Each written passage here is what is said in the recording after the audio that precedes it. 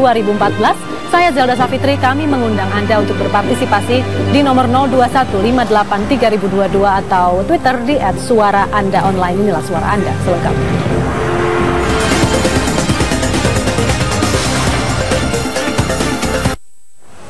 Beberapa hari belakangan ini tiba-tiba ramai warga dunia maya atau netizen membuat meme tentang kota Bekasi. Apa sebetulnya yang mengawali semua ini? Kita akan lihat liputannya berikut ini.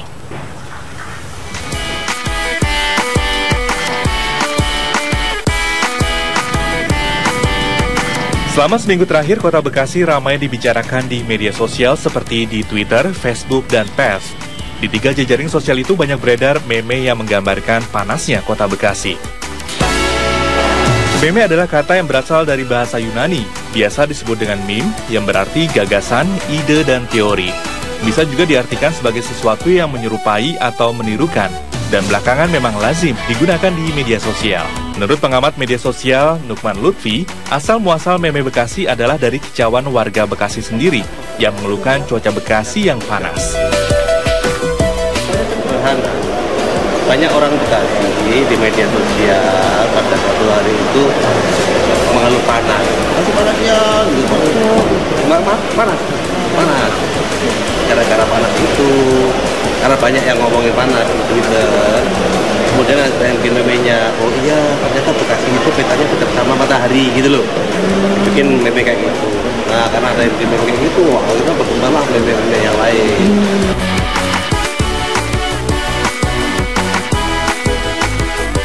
Dari sinilah kemudian muncul meme-meme yang lain mengenai jarak, kemacetan, dan lain sebagainya yang berhubungan dengan Bekasi. Seperti dialog antara ayah dan anak di mana sang ayah berpamitan akan pergi ke Bekasi dengan latar belakang gambar roket. Juga ada meme peta Bekasi dijual terpisah dari peta Jakarta. Dan beragam meme lainnya. Ikutan Metro TV. Iya, salah apa Bekasi? Kita tanyakan langsung ke Wali Kota Bekasi, Rahmat Effendi. Selamat malam, Pak Rahmat. Mbak Zela, apa kabar? Apa kabar? Baik, Pak. Tadi berangkat jam berapa dari Bekasi? Saya berangkat jam 5 kurang.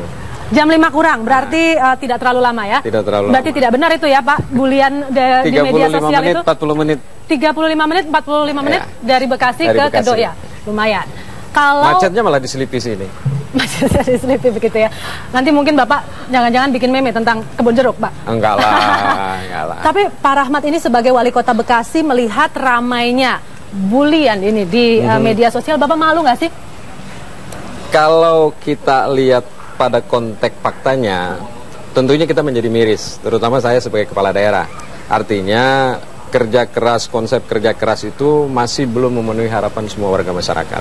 Dan ini menjadi bahan evaluasi kita untuk bekerja lebih keras lagi, bahwa apa yang disampaikan, panas, macet, sampah di mana-mana. Kalau sampah ini ada bagian juga dari DKI ke kita tentunya, karena kita punya 108 hektar itu TPA DKI yang bersebelahan dengan TPA kita. Oke, tapi yang jelas apa yang dikatakan oleh warga atau oleh netizen ini jadi tidak benar. Tidak benar bahwa memang Bekasi. Tidak semuanya benar. Artinya gini, macet itu ada pada pusat-pusat ekonomi, ya di depan Bekasi Barat, Metropolitan Mall. Karena memang di mana-mana saya kira pusat ekonomi karena pertumbuhan ya. Yang penting pada prinsipnya jangan ada yang dilanggar tentang tata ruangnya. Rencana detail tata ruang, RT RW-nya, jadi pada pusat-pusat zona ekonomi, pusat-pusat zona. Kalau industri kita nggak lagi di utara, pasti lari ke selatan. Jadi standar tata ruangnya ini belum ada yang dilanggar? Artinya kalau sudah peruntukannya untuk pusat, Kota Bekasi ini kan tidak punya sumber daya alam. Kota Bekasi ini hanya menjual jasa dan perdagangan. 30 tahun lalu kota agraris, pertanian berubah menjadi kota metropolitan sekarang. Penduduknya 2,6 juta loh, Mak. Luas wilayahnya hanya 21.000. Artinya kalau kita rurutkan jumlah penduduk dengan area yang ada, itu hampir berbanding lurus kepadatannya. Kendaraannya ada 1,2 juta. Bahkan saya sampaikan di beberapa, ini mungkin saya berkah juga karena ada meme ini, ada bully ini, wali kota dipanggil di studio-studio TVRI, artinya kita juga bersyukur ya bahwa ternyata Kota Bekasi ini mulai dikenal dan mulai diperhitungkan. Tapi ukurannya ya, Kota Bekasi ternyata investor itu tidak gambling, yakin menanamkan modalnya untuk membangun Kota Bekasi bersama pemerintah. Ini kan tapi awalnya keluhannya dari warga Bekasi sendiri, warga Bapak sendiri. Ya. Artinya, terlepas dari apapun itu, warga Bekasi pun merasa seperti ini. Belum dapat kita penuhi terhadap pelayanannya tadi, masih macet, iya. Ada 19 titik macet. Ya, terutama pada radian-radian, pertigaan, perempatan yang baku tariknya itu memang sangat padat. Titik macetnya bukan karena kendaraannya 1,2 juta tapi lebar jalannya tidak tambah-tambah? Kendaraan 1,2, lebar jalan itu tidak sebanding lurus dengan kendaraan yang keluar. Karena Kota Bekasi ini kan kota, kalau dulu dibilang penyangga, kita udah nggak mau lagi penyangga. Sekarang mitra, DKI. Artinya 60% warga masyarakat Kota Bekasi jam 5 pagi itu sudah lari ke Jakarta. Jam 5 sore sampai jam 9 dia balik ke. Nah, pada alur-alur jam itulah Bekasi Barat macet. Makanya kita buka RAM 3. Kita juga mau buka lagi sisi selatan kayak Nur Ali, Kalimalang. Ya, kalau itu sampai Sumber Arta. Cuma ke Sumber Arta kesananya, ke DKI-nya jalannya terjadi bottleneck. Kita punya 14 meter, 16 meter. Dia punya 6-7 meter, artinya separuh. Oke. Tapi kita dengarkan dulu pendapat warga Bekasi yang sudah bergabung di sambungan telepon. Ada Pak Ngimroni. Selamat malam, Pak Ngimroni. Selamat malam. Sebagai warga Bekasi, Pak Ngimroni, apa sih pendapat Anda? Pendapat saya, ini kebersihan setengah dari iman, itu sabda Kanjeng Nabi. Tapi cuma ngomongnya doang. Prakteknya enggak, kotor banget Kota Bekasi. Kok bisa dapat hadiah Adipura? Kotornya bagaimana, Pak Ngimroni? Ya? Kotornya tuh bagaimana? Sampah di mana-mana. Tolong Pak Rahmat, wali kota saya ini, jalan-jalan di tengah Jalan Insinyur Haji Juanda dekat Bank BJB. Kalau pagi Pak lihat Pak, atau sekarang aja Bapak lihat, udah mulai menggunung di pinggir jalan. Sampah ya Pak ya? Sampah. Bapak nggak pernah jalan-jalan ya Pak? Tiap pagi Pak. Kok nggak pernah ngeliat? Tiap pagi, tiap malam Pak. Kok nggak ngeliat? Lihat, itu tapi sampah cuma menggunung. Bahkan di sebelah sana Pak, Bekasi Utara, ada tulisannya kebersihan setengah dari iman. Tapi di situ sampah menggunung. Negara kayak teori, miskin implementasi, kayak slogan, kayak himbauan, miskin pengamalan. Ya Indonesia ini khususnya Bekasi gitu loh Pak. Tolong Pak, jalan-jalan ya. Siap mampir Pak. ke rumah saya kalau perlu. Oke, baik. Terima kasih, selamat malam. Berikutnya ada Pak Gusti, juga dari Bekasi. Selamat malam Pak Gusti. Bukan Bapak, tapi Mbak. Mohon maaf, Ibu Gusti, selamat malam. Ya Ibu Gusti, selamat malam Mbak Zelda. Tadi selamat Pak Ngimroni sebelumnya mengeluhkan tentang sampah di mana-mana. Kota Bekasi ini kotor. Kalau dari Ibu Gusti sendiri, apa yang Ibu keluhkan? Ya, selamat malam Pak Rahmat Effendi, Pak Pepen. Malam Bu, apa kabar Bu? Alhamdulillah baik. Kita sama-sama orang Bekasi nih Pak. Saya cuma mau mengeluhkan, terutama Jalan Insinyur Haji Juanda di depan terminal itu. Kemarin kan Bapak kan ada penertiban pedagang kaki lima tuh Pak. Muhammad Yamin ya Pak ya?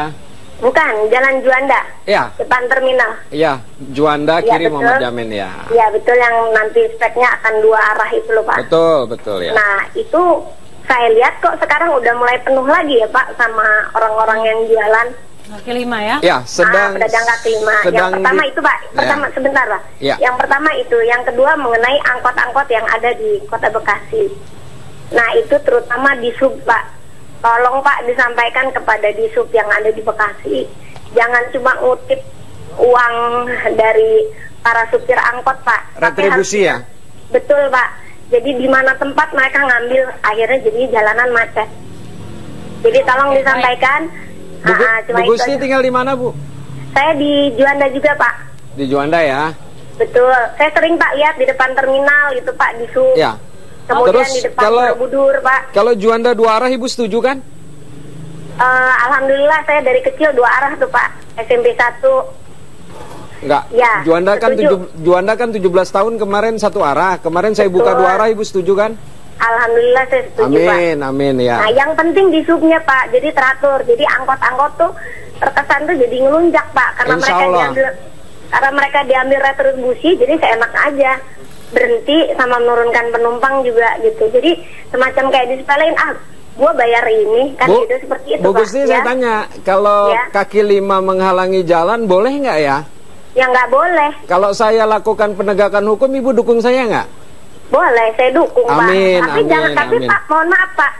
Oknum-oknum yang ada di situ juga, Pak, tolong ditertibkan juga. Mereka kan pedagang kaki lima juga kan bayar sama oknum-oknum yang ada di situ tuh, Pak. Saya takutnya sama Tuhan, Bu. Nah, iya, jadi alhamdulillah. Oke, Ibu Gusti di Bekasi. Ya, terima kasih banyak. Selamat malam, Mbak Jela. Selamat malam, Ibu. Berikutnya masih dari Bekasi juga, namanya sama ini dengan Pak Rahmat. Selamat malam, Pak. Ya, malam Pak Rahmat. Malam, Pak. Apa kabar? Ya, kabar silakan, baik, Pak Rahmat. Ya, Pak, saya mau bilang gini aja nih, Pak. Ya. Saya bingung sama Bekasi nih, Pak. Kalau saya setiap berangkat kerja itu berbarengan dengan truk. Begitu truk-truk dari Cikarang kan ke Jakarta atau ke Tanjung Priuk itu kan lewatnya kan lewat Bekasi itu. Betul, ya. Nah, itu akan macet, Pak. Aha. Di tolnya atau di jalan raya Bekasi? Di tol dan di jalan rayanya, Pak. Iya. Maksud saya, bisa gak Pak Rahmat mendesain bahwa mobil-mobil yang dari Cikarang itu di stop dulu, nanti aja jam 9 dia baru lewat. Lewat Bekasi dan ke Jakarta sana, Pak. Boleh, Pak. Ini berbarengan, Pak. Boleh, nanti kita sampaikan ke Kementerian Perhubungan. Dari jalan tol dan dari dari bukan tol juga, Pak, dari Bekasi Barat itu bersamaan, Pak. Sama truk lah, sama truk sampah lah, sama truk apa-apa, Pak. Ya. Jadi berbarengan, coba diatur bahwa khusus kayak di ini aja, tol dalam kota nggak boleh truk-truk itu lewat. Baik, Pak Rahmat di Bekasi, terima kasih untuk telepon Anda. Pak Rahmat juga kita akan bahas setelah ini. Kita akan jeda dulu sejenak, pemirsa, tetaplah di Suara Anda. Jangan lupa telepon kami di 02158322. Kami segera kembali.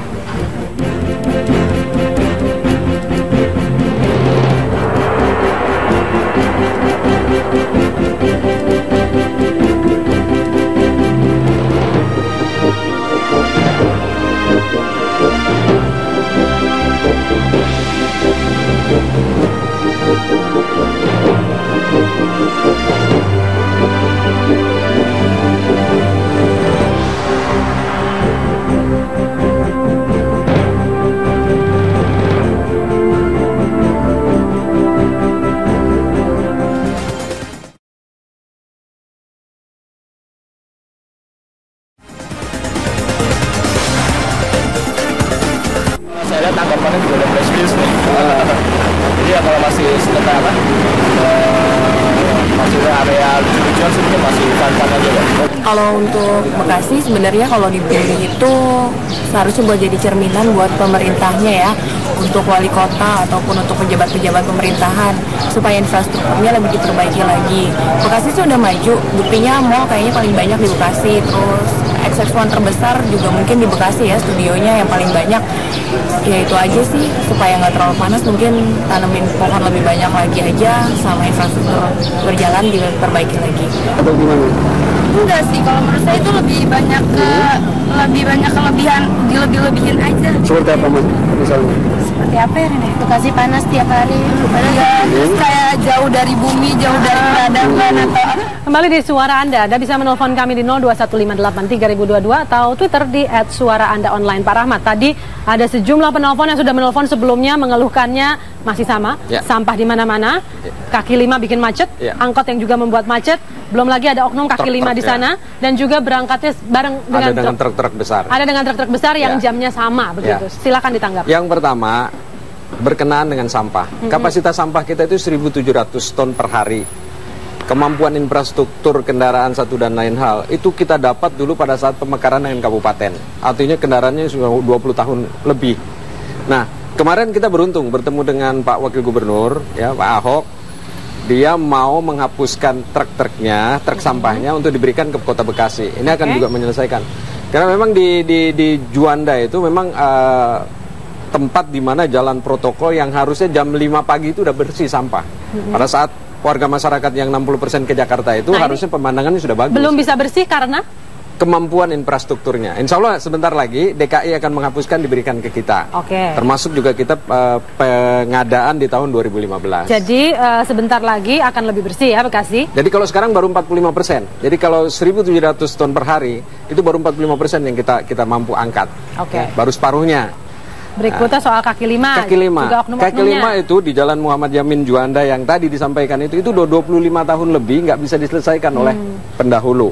Sekarang saya sudah melakukan law enforcement terhadap kaki lima, kita minta masuk ke dalam pasar, ditata, tapi kan sulit. Mereka selalu mengejar di mana ada komunitas pembeli yang melakukan interaksi. Ya, tapi kita sudah melakukan law enforcement sekarang. Insya Allah kita akan bisa selesaikan.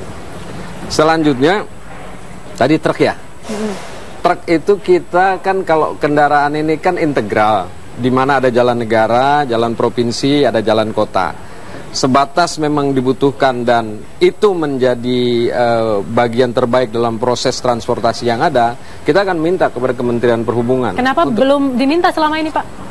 Kan jalan nasional, kewenangannya kan ada di kewenangan kementerian. Tapi meminta boleh kan? Meminta boleh. Terus kenapa belum minta? Termasuk saya juga meminta pengadilan industrial di Kota Bekasi pun itu juga bagian dari kebutuhan. Gitu. Kita minta ke mereka, ke keputusannya nanti di kementerian. Nah, ini juga masukan yang sangat bagus. Mungkin kota pertama yang meminta pembatasan truk melewati jalan nasional gitu. Baik, kita lihat lagi ini Twitter sudah masuk beberapa komentar dari pemirsa. Ada @juanhertz yang mengatakan jalan ke Bekasi itu bareng truk-truk gede dan motor-motor. Kemudian berikutnya Novita El Fahma mengatakan Bekasi memang tragis, panasnya penghijauan sangat dibutuhkan. Padahal Bekasi kaya akan pabrik yang produktif.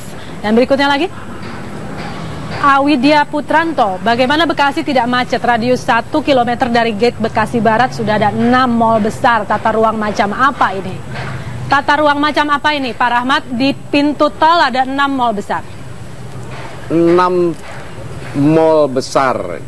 Memang sentra di tata ruang itu adalah sentra ekonomi. Tadi saya sampaikan, Kota Bekasi ini kan menjualnya jasa dan perdagangan. Dengan jasa dan perdagangan itu sehingga tumbuh ekonomi, ada interaksi ya.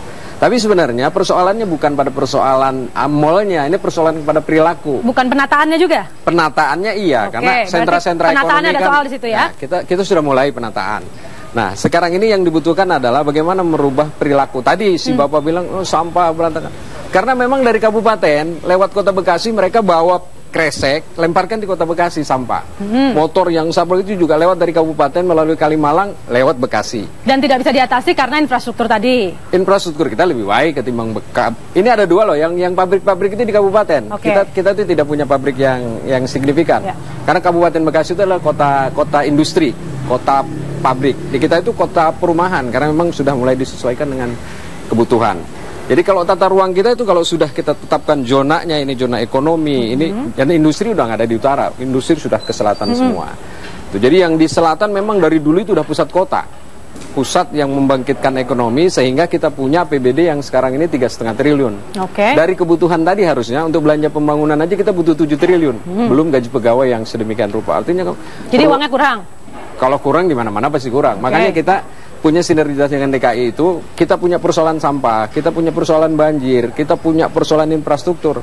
Kita minta kemitraan dengan DKI ini harus sinergi, karena kita adalah daerah yang bermitra, menyangga posisi, ya, menyangga kebutuhan-kebutuhan DKI melalui sinergitas itu. Kita jeda dulu Pak Rahmat, kita lanjutkan lagi, pemirsa tetaplah di Suara Anda.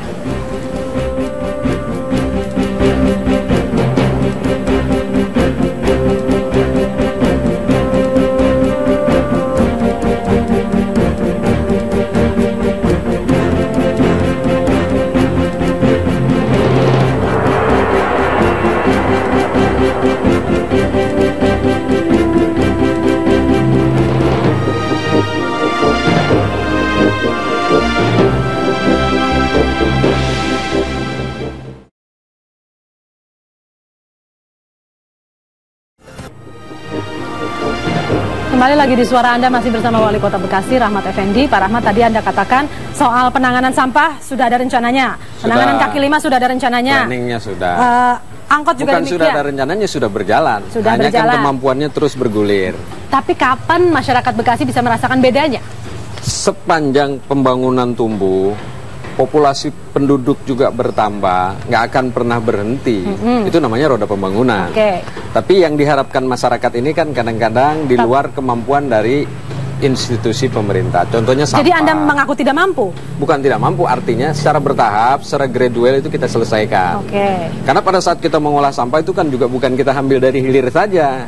hulunya pun juga harus kita selesaikan. Oke, jadi kesimpulannya, kapan masyarakat Bekasi bisa merasakan ini? Kalau kepala daerah terpilih itu kan punya konsep RPJMD namanya. Jadi tahun ini saya harus berbuat apa, tahun kedua harus menyelesaikan apa, dan tahun ketiga harus pada breaking apa. Nah, pada saat itu masyarakat akan merasakan. Pada saat tadi Pak itu bilang, Pak dulu dapat adipura. Loh, adipuranya itu kan adipura yang menimbulkan masalah. Karena tidak dibangun dari proses, karakter, bagaimana membangun budaya bersih, infrastruktur yang siap, ya. Sehingga pada saat itu sudah terpenuhi semua, akan bergulir di masyarakat, kehidupan sosial di masyarakatnya itu.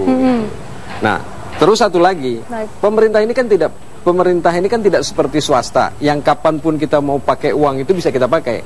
Kalau pemerintah ini mesti ke DPRD dulu. Tapi ini semua bukan alasan kan ya Pak ya? Bukan ini alasan. Tetap kerja ya Pak kerja. ya? Oke, baik. Pak Rahmat Effendi, terima kasih, waktunya sudah habis. Terima kasih untuk kehadiran Anda dan pemirsa, itulah akhir dari Suara Anda. Terima kasih Anda telah bersama kami. Suara Anda kembali lagi untuk Anda besok. Sampai jumpa.